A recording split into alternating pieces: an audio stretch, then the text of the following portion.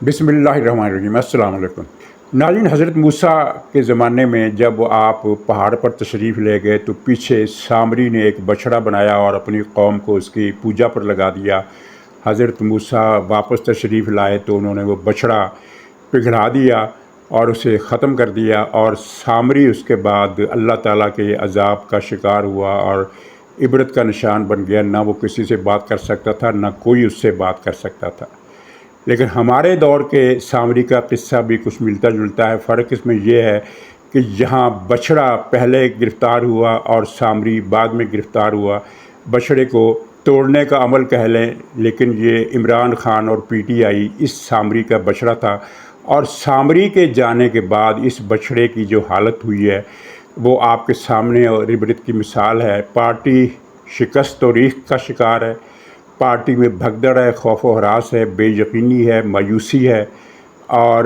اطلاع یہ ہے کہ پارٹی کے لیڈر، نمایاں لیڈر اور ارکان قومی اور صوبائی اسمبلی کی ایک بڑی تعداد ایسی ہے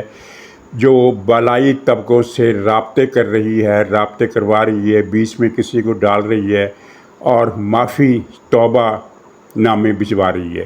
تو اب یہ فیصلہ کرنا ان لوگوں کا کام ہے کہ کس کی توبہ قبول ہوگی، کس کی توبہ قبول نہیں ہوگی۔ لیکن پارٹی جو ہے وہ ٹوٹ پھوٹ کی طرف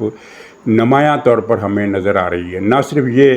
بلکہ یہ بھی پتہ چل رہا ہے کہ پی ٹی آئی کا سوشل میڈیا بھی سامری کے کنٹرول میں تھا، اس کی فنڈنگ کا سسٹم بھی اس کے پاس تھا، اور اس کی جو کمانڈ سینٹر تھا وہ بھی اس کے پاس تھا۔ اور یہی وجہ ہے کہ غیر متوقع طور پر جب سے یہ فیض حمید گرفتار ہوا ہے، اس کے بعد سے پی ٹی آئی کا سوشل میڈیا ایک لنگڑے پن کا شکار ہے، ایک اپاہج پن کا شکار ہے، اور ایسا لگتا ہے جیسے اس کو پولیو ہو گیا ہو۔ اور بہت سارے لوگوں کے لیے یہ بات حیرت کا باعث ہے کہ جو میڈیا، سوشل میڈیا بجلی کی رفتار سے دوڑ رہا تھا وہ اب گھسٹتا ہوا نظر آ رہا ہے۔ تو یہ ایک دلچسپ ماجرا ہے جس کا بہت سارے لوگوں کو اندازہ نہیں تھا، ہمیں بھی توقع نہیں تھی کہ فیض حمید کے پکڑے جانے سے براہ راست سوشل میڈیا بھی متاثر ہوگا۔ بلکہ فیض حمید کے جانے کے بعد ایک دلچسپ باتیں کئی ہوئی ہیں۔ مثلا علیمہ خان کا دماغ چل گیا ہے، یہ ایک حیرت کی بات ہے۔ وہ کرپٹ عورت ہے، جھوٹی عورت ہے، اتنی جھوٹی ہے جتنا عمران خان ہے، اور اتنی ہی کرپٹ ہے جتنے عمران خان ہے۔ لیکن دماغ چلنے کی مثال یوں ہے کہ کل جو اخبار نویسوں سے بات چیت کی اس میں اس نے کہا کہ عمران خان کے کمرے میں انٹیلیجنس اداروں نے، آئی ایس آئی وغیرہ نے، نام نہیں لیا انہوں نے، لیکن انٹیلیجنس اداروں نے 400 خفیہ کیمرے نصب کر رکھے ہیں۔ اب یہ علیمہ خان کا دماغ چل گیا ہے، یا وہ سمجھتی ہیں کہ انٹیلیجنس اداروں کا دماغ چل گیا ہے کہ ایک کمرے میں 400 کیمرے۔ کمرہ کتنا بڑا ہوگا؟ اگر بڑا کمرہ بھی ہوگا تو اس میں 400 کیمرے کیا کر رہے ہیں؟ ایک کمرے میں زیادہ سے زیادہ اگر کوئی کیمرے، فرض کیجئے فلم کی شوٹنگ ہو رہی ہو تو 3 کیمرے لگائے جاتے ہیں، 4 کیمرے لگائے جاتے ہیں، جو ہر طرف سے، ہر اینگل سے اس کردار کی ڈائلاگ ڈیلیوری کو، ایکشن کو کور کر رہے ہوں۔ تو عمران خان کی جاسوسی کے لیے اتنے چھوٹے سے کمرے میں، جو ظاہر ہے بہت بڑا کمرہ نہیں ہے، اس کی فلم بھی ہم دیکھ چکے ہیں، اس کی تصویریں بھی ہم دیکھ چکے ہیں، تو اس کمرے میں اگر کوئی ہال کمرہ ہو تب بھی اس میں 400 کیمروں کی کوئی تک نظر نہیں آتی۔ تو اس سے ظاہر ہوتا ہے کہ پی ٹی آئی کے ہر فرد کا دماغ چل گیا ہے، اور ان میں علیمہ خان بھی شامل ہو گئی ہے جس نے یہ بیان دیا۔ اور مزے کی بات ہے کہ پی ٹی آئی کے حامیوں نے اس کے اس دعوے کو تسلیم کر لیا ہے کہ دیکھو فوج کتنی خوف زدہ ہے عمران خان سے کہ اس کے کمرے میں 400 کیمرے لگائے ہوئے ہیں۔ تو جنرل فیض حمید کے نیٹ ورک کے حوالے سے خبریں، تفصیلات آپ کے سامنے آتی رہتی ہیں، ان کا بیان کرنے کی ضرورت نہیں۔ بہت سارے لوگ پکڑے گئے ہیں، بہت سارے لوگ پکڑے جا رہے ہیں، اور کرپشن کے قصے بھی کھل رہے ہیں۔ یعنی ایک چیز کھولتے ہیں تو دوسری چیز کھل جاتی ہے۔ اب پتہ چل رہا ہے کہ اربوں خربوں کی کرپشن تھی۔ ایک چھوٹا سا واقعہ تو محسن بیگ صاحب نے اپنے ٹی وی پروگرام میں بتایا کہ ان کی جنرل باجوہ سے ملاقات ہوئی تو انہوں نے کہا کہ یہ جو فیض تھا، یہ اس کا تو 8 مرلے کا مکان تھا، تو اب اس کا 600 کنال کا مکان کیسے بن گیا ہے؟ اور اس کے 600 کنال کے مکان میں 50 کے قریب سٹینڈنگ ایئر کنڈیشن، یعنی جو ایک ٹاور کی شکل میں ہوتے ہیں، وہ 50 اے سی اس میں کیسے نصب ہو گئے، اور یہ خرچہ کہاں سے آتا ہے؟ تو باجوہ نے کہا کہ اتنا مال تو جب میں کرنل تھا تو میں نے کما لیا تھا، تو یہ تو پھر بھی جنرل ہو گیا ہے۔ تو اس سے آپ اندازہ کریں کہ فوج کے اندر یعنی کچھ لوگ، ایک دور کیسا تھا کہ اوپر سے نیچے تک کے لوگ جو سے سبھی بڑے میاں تو بڑے میاں، چھوٹے میاں سبحان اللہ والا معاملہ تھا۔ تو خیر یہ تو ایک واقعہ تھا، لیکن جو بات پکڑائی میں آ رہی ہے وہ یہ ہے کہ فیض نیٹ ورک کے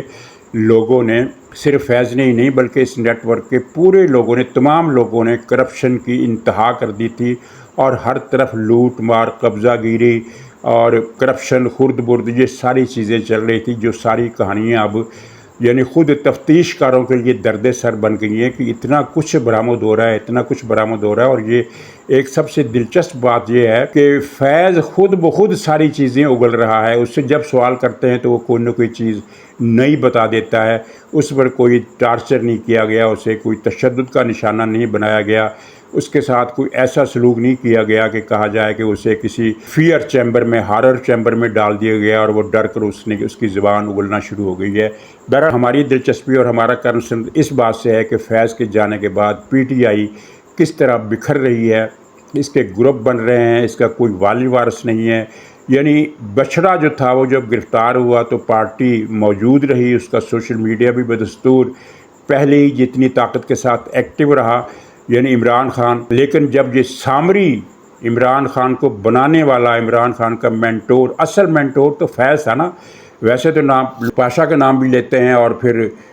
ظہیر الاسلام کا نام بھی لیتے ہیں، لیکن انہوں نے تو ایک بونے کو تھوڑا سا بڑا کر دیا تھا، اس نے اس بونے کو عفریت بنایا، جس شخص نے، اس کا نام تھا فیض۔ تو یہ فیض کے جانے کے بعد پارٹی کی یہ حالت ہو گئی ہے، اور ایک اچھی خاصی تعداد جو ہے وہ اب اوپر، یعنی جہاں ان کو رابطے کرنے چاہیے، خود تو رابطے نہیں کر رہے، لیکن بیچ میں کچھ لوگوں کو ڈالا جا رہا ہے کہ ہماری بھی توبہ قبول کر لو، ہم پارٹی چھوڑنے کے لیے تیار ہیں۔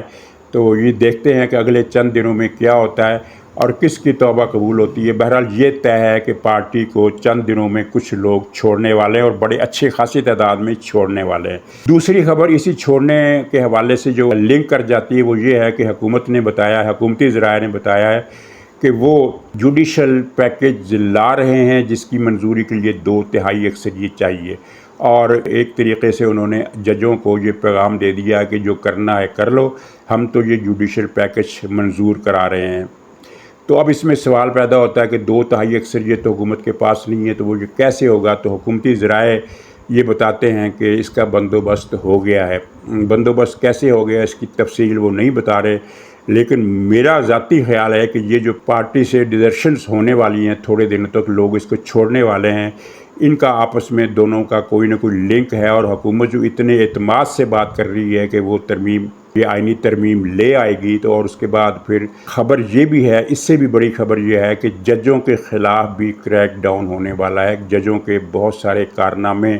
کرپشن اور دوسری بے ضابطگیوں کی تفصیلات فیض نیٹ ورک کے ذریعے سے ہی بے نقاب ہو رہی ہیں، اور جو وقت آنے پر ان کو پبلک کے سامنے وہ لانے کا فیصلہ کیا جائے گا۔ ابھی یہ باتیں صیغہ راز میں ہیں اور صرف ذرائع کے حوالے سے چل رہی ہیں چیزیں، کہ یہ ہو رہا ہے اور یہ چیز معلوم ہو گئی ہے اور فلاں جج کا کچا چٹھا کھل گیا ہے، فلاں کا بھی کھل گیا ہے۔ تو یہ میرا خیال ہے کہ یہ ججوں کی جو بڑکیں ہیں، یہ جاتی ہوئی بہار کے آخری شگوفے ہیں جو پھوٹ رہے ہیں، اس کے بعد اس باغ پر بھی خزاں چھا جانی ہے۔ ناظرین، تیسری طرف پختونخوا میں جو کرپشن ہے، اس نے پی ٹی آئی نے اپنے ہی پچھلے اتوار کے ریکارڈ توڑ دیے ہیں، اور یہ جو ایک ان کا وزیر مستعفی ہوا ہے، اس نے بتایا ہے کہ محکمہ جو ہے، اس کا ورکس کا جو محکمہ ہے، میکینیکل ورکس، اس میں سب سے زیادہ کرپشن ہو رہی ہے، اور صرف ایک ٹھیکے میں، صرف ایک سودے میں گنڈا پور نے 20 کروڑ روپے کی رشوت وصول کی ہے، اور اس وزیر کا کہنا ہے کہ گنڈا پور اور اس کا بھائی دونوں ہی کرپشن کر رہے ہیں، اور اس کا بھائی جو ہے وہ اس کا فرنٹ مین بنا ہوا ہے، اور دونوں مل کر بہت زیادہ کرپشن کر رہے ہیں، اور صرف دونوں ہی نہیں بلکہ پختونخوا کیبنٹ کا تقریباً 100 میں سے جو 80 وزیر ہیں وہ اس وقت کرپشن کے دھندے میں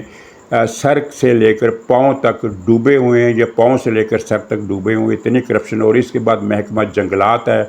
وہاں بھی بے انداز کرپشن ہو رہی ہے، جنگلات کاٹے جا رہے ہیں، اور جنگلات کاٹنے کے بعد ان کو آگ لگائی جا رہی ہے۔ تو ان اسٹیبلشمنٹ کے لیے یہ ایک نیا درد سر ہے کہ وہ اس کرپشن پر کس طرح قابو پائے، کیونکہ بظاہر کوئی ایسی صورت نظر نہیں آتی کہ پختونخوا کی حکومت ختم کیے بغیر یہ کرپشن ختم ہو سکتی ہو، اور جن کو کرپشن کی عادت پڑ گئی ہے پچھلے 15 سال سے، پہلی ماضی کی 2 حکومتیں بھی کرپٹ تھیں اور یہ حکومت ان سے زیادہ کرپٹ ہے، تو اس کو اگر ختم کرتے ہیں تو ایک بحران پیدا ہوگا، اور اگر ختم نہیں کرتے تو یہ کرپشن جو ہے پختونخوا کو چاٹ جائے گی۔ اور ویسے بھی پختونخوا اس وقت کرپشن کے حوالے سے، بدعنوانی کے حوالے سے، امن و امان کے حوالے سے، دہشت گردی کے حوالے سے، انارکی کے لحاظ سے اور سرکاری انفراسٹرکچر کی تباہی کے حوالے سے ایک جیتا جاگتا دوزخ بنا ہوا ہے یہ صوبہ، اور وہاں کے عوام پر جو گزر رہی ہے وہ باقی 3 صوبوں کے عوام اس کا اندازہ نہیں کر سکتے۔ ناظرین، پی ٹی آئی کے لوگ اب پھر یہ ایک پروپیگنڈا کر رہے ہیں کہ شہباز حکومت 2-3 مہینوں کے مہمان ہیں، تو میرے پاس جو خبر ہے وہ یہ ہے کہ یہ حکومت اچھی ہے یا بری ہے، جیسی بھی ہے یہی چلے گی، اور اس میں کوئی شک نہیں کہ اس حکومت نے عوام کو شہرگ سے پکڑ رکھا ہے، اور شہرگ اس کی دبا دی ہے، عوام کی سانسیں جو ہیں لینا ان کے لیے مشکل ہو گیا ہے، لیکن اس کے باوجود حکومت یہی چلے گی، اور اسٹیبلشمنٹ کا خیال ہے یا اس کا یقین ہے کہ اسی حکومت سے ہم کچھ بہتر کارکردگی اور بہتر رزلٹ حاصل کر سکتے ہیں۔ اگلے چند مہینوں کے بعد حالات میں کچھ تبدیلی آئے گی، لیکن ابھی تک یہ صرف امیدیں ہیں، ہو سکتا ہے ان امیدوں میں صداقت ہو، تو یہ کچھ عرصے بعد پتہ چل جائے گا۔ لیکن پی ٹی آئی کی یہ امید کہ یہ حکومت ختم ہو جائے گی، اس کے بعد کوئی ٹیکنوکریٹ حکومت آ جائے گی، تو یہ ساری چیزیں جو ہیں یہ بھی ایک منصوبے کا حصہ ہیں کہ اس طرح کی افواہیں پھیلا کر پاکستان میں بے یقینی کا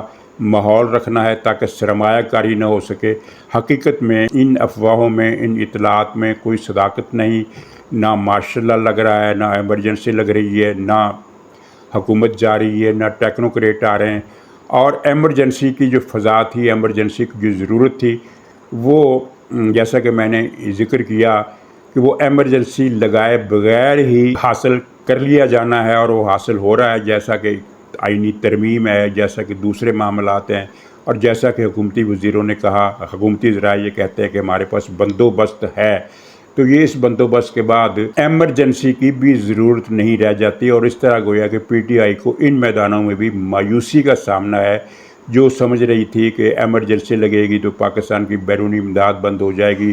پاکستان میں ایک سیاسی عدم استحکام آ جائے گا، سرمایہ کاری رک جائے گی، تو یہ ساری چیزیں بھی نہیں لگتا کہ پی ٹی آئی کی کوئی بھی امید پوری ہونے کا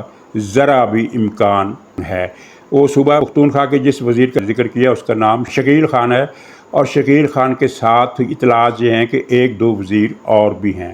تو ناظرین، یہ اب تک کی صورتحال خلاصہ یہی ہے کہ فیض نیٹ ورک سے ہر روز کچھ نہ کچھ برآمد ہو رہا ہے، ہر روز نئے سے نیا انکشاف ہو رہا ہے، اور پی ٹی آئی جو ہے وہ اس کو لوگ چھوڑ کر جانے والے ہیں۔ اور تیسرا پوائنٹ یہ کہ شہباز حکومت جو ہے وہ ابھی رہے گی، ابھی اس سے مراد ہے کہ تا اطلاع ثانی کسی قسم کی گڑبڑ کی امید نہیں ہے۔ تو ناظرین، اجازت دیجیے، انشاءاللہ تعالی اگلے ولاگ میں پھر ملاقات ہوگی، تب تک کے لیے خدا حافظ۔